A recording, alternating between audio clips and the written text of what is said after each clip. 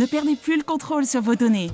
Avec les services d'infomaniac comme K-Drive, vos données sont chiffrées et sécurisées au cœur de l'Europe, à l'abri des regards.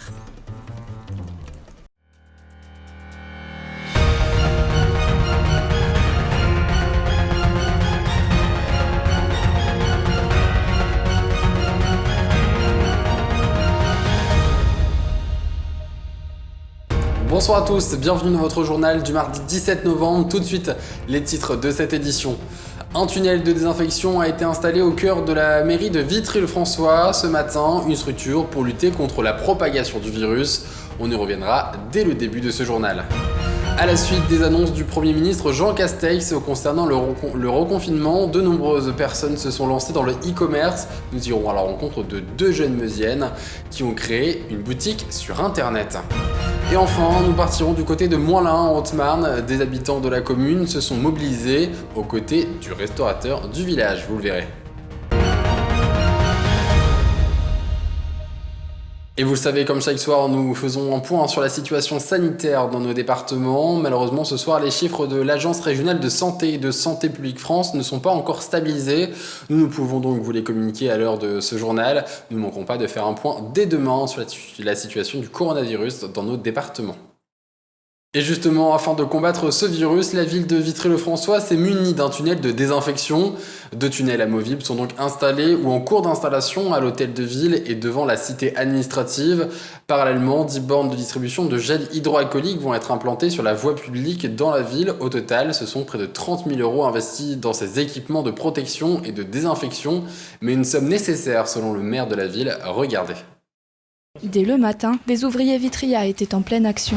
La ville de Vitry-le-François a accueilli sa première pose de tunnel désinfectant à l'hôtel de ville et à la cité administrative. Une mesure qui s'imposait en vue de l'évolution de la situation sanitaire ces derniers mois et qui permet aux vitrias de s'inquiéter un peu moins du coronavirus. On vit dans une période compliquée avec ce Covid et donc il faut prendre des précautions énormes. La ville de Vitry-le-François a entendu protéger les citoyennes et les citoyens, mais aussi les gens qui travaillent à l'hôtel de ville, parce que ce sont des lieux de rencontre. Lorsque l'on passe dans ce tunnel, un produit à base de chlore est diffusé. Totalement compatible avec la santé des personnes, ces produits français sont sans danger et vont permettre d'assurer la destruction de divers microbes et virus, tels que le coronavirus. Les citoyens et citoyennes qui y pénètrent minimisent donc les risques de transporter sur eux le virus. En fait, c'est un brouillard dans lequel on passe et qui vous désinfecte. Ça neutralise le virus s'il est sur vos habits. Avec les autres installations des tunnels mobiles et immobiles prévues prochainement, le coût total représente environ 20 000 €. Un réel investissement pour la ville qui s'avérait nécessaire en vue du prochain déconfinement. Quand on va à nouveau pouvoir reprendre des activités, on pourra les installer à l'entrée du marché, on pourra les installer, vous voyez, de manière à sécuriser et à accompagner ce mouvement. Revenons sur ce qui s'est passé au printemps, on est allé certainement trop vite et donc il faut revenir à des pratiques de sortie de confinement beaucoup plus nuancées, avec des paliers. La municipalité entend donc par ces installations éviter une 3e vague qui aurait une fois de plus des conséquences dramatiques. Un sujet des images signé Juliette Da Silva. Marion et Johanna ont créé leur propre boutique de vêtements en ligne, Naovita, un projet de longue haleine puisqu'il a mis 1 an à se concrétiser et aujourd'hui, face à la conjoncture actuelle, il prend tout son sens.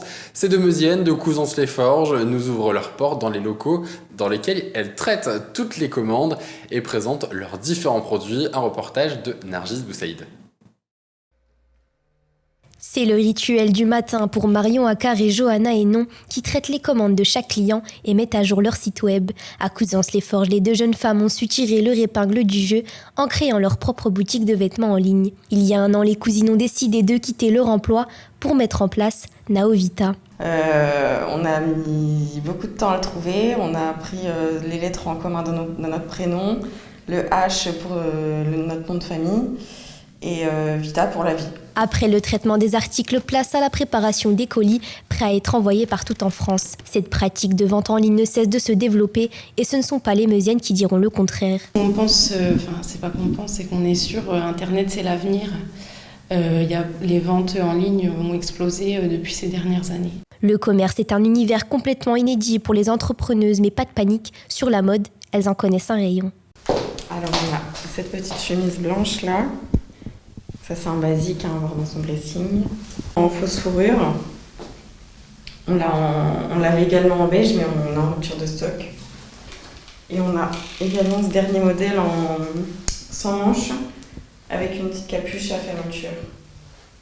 Elles choisissent directement les pièces les plus tendances à proposer à la clientèle, photographiées dans leur showroom. Vestes en coton, chemisiers, robes imprimées, il y en a pour tous les goûts et pour toutes les tailles. On a toutes sortes de produits, donc ça va passer d'un jean à un pantalon habillé, d'un chemisier comme elle a ou un pull moi comme j'ai là. On essaye de se diversifier et de plaire un peu à tout le monde, mais bien sûr on suit les tendances donc, sur les réseaux sociaux. Donc, les tailles, ça va de la taille 34 à la taille 50, 48-50. La crise sanitaire, quant à elle, n'a pas réellement d'impact sur le e-commerce, considéré comme bouée de sauvetage des entreprises. Néanmoins, les nouvelles startups comme Naovita ont eu plus de mal à se déployer. Pour la vente en ligne, oui, c'est sûr que de toute façon, on n'a pas besoin de fermer, donc on continue notre activité. Mais c'est vrai que ça a été un peu compliqué pour nous aussi pour se faire connaître pour l'ouverture du site.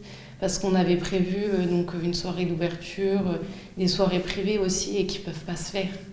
Finalement, il s'agit d'une affaire de famille plutôt réussite, puisqu'aujourd'hui les ventes explosent. Ce n'est donc pas le reconfinement qui mettra le moral des businesswomen dans les chaussettes.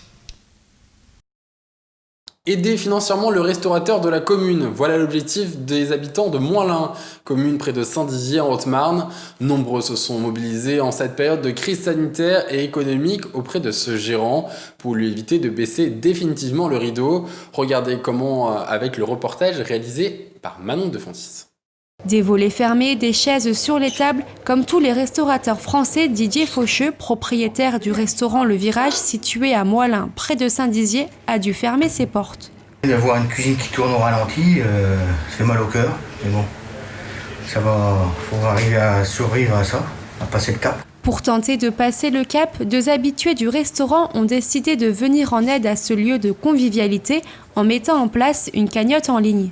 Je considère que j'ai la chance, moi, d'avoir un travail qui me permet de maintenir mon salaire complet.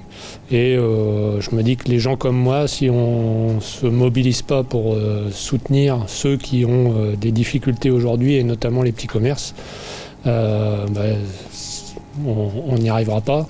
Et on risque de le payer à l'issue, puisque ça peut engendrer des fermetures. À ce jour, 1 300 € ont été récoltés par la cagnotte Litchi.